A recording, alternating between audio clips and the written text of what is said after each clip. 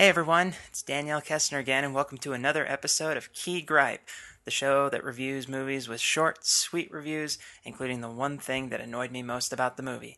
In today's episode, we're going to be talking about The Gift, starring Jason Bateman, Rebecca Hall, and Joel Edgerton. Now, if you haven't seen this movie or seen much about it, it's a fairly low-budget movie, or at least lower than most summer blockbusters that come out.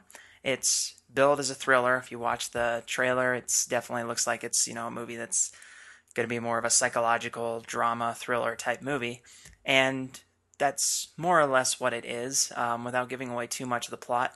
Basically, Jason Bateman and Rebecca Hall play a couple who are moving back to California from Chicago, basically to start a family, to start over, and you don't necessarily know what happened at first in Chicago, but something basically compelled them to go and start fresh. And now that he has a new job, and basically it's a good opportunity for them to start over. And as soon as they get there, they run into one of his old friends or one of his old acquaintances from high school, a very kind of socially awkward, creepy character played by Joel Edgerton.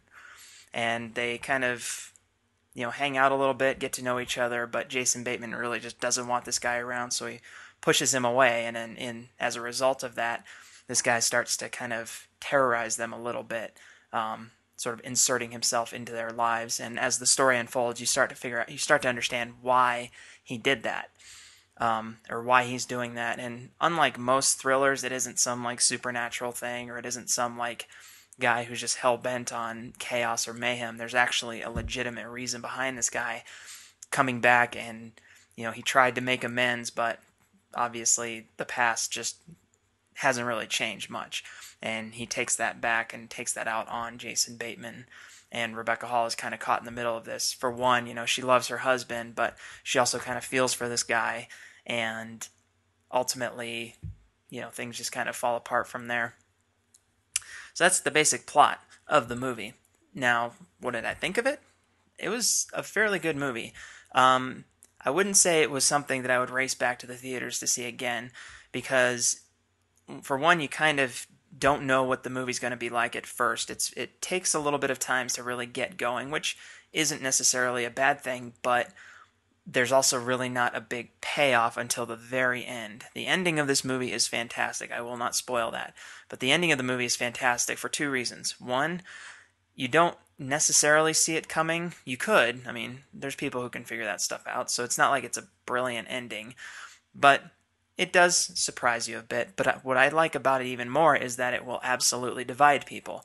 It's one of those endings that people are going to, they're going to come out of it and say, I loved it, or I hated it, or why did this happen, or what. It's a good kind of ending that definitely divides people. And I like movies that have that, ending that isn't just clear cut. The hero doesn't just win, or the villain just loses or gets away. It's not happy or sad. There's kind of this like awkward ending. It's one that doesn't have a good like resolution, or like a clean resolution, which I think sometimes helps a movie. And a movie like this, it certainly helps it, because at no point in this movie do you really feel like it's going to have a happy ending. Somebody is going to end up on the short end of the stick, and at the end of the movie, somebody very much gets the short end of the stick, which I think is, it's happy in that the right person is gets what's coming to them, but it certainly is kind of an unsettling ending too. So it's, kind of hit or miss.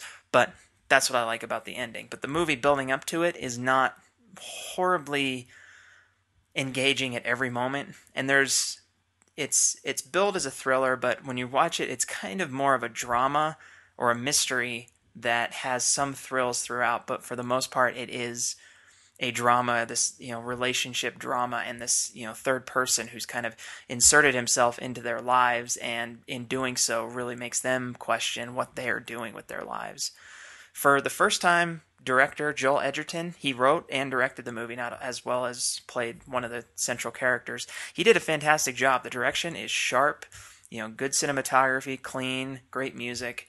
It's a very low key kind of film. There's not a lot of, thrills or like really exciting moments. There's a few, and certain people who went to the movie with me decided to jump at every single time, but that's neither here nor there. but I mean, it's more his style is nothing.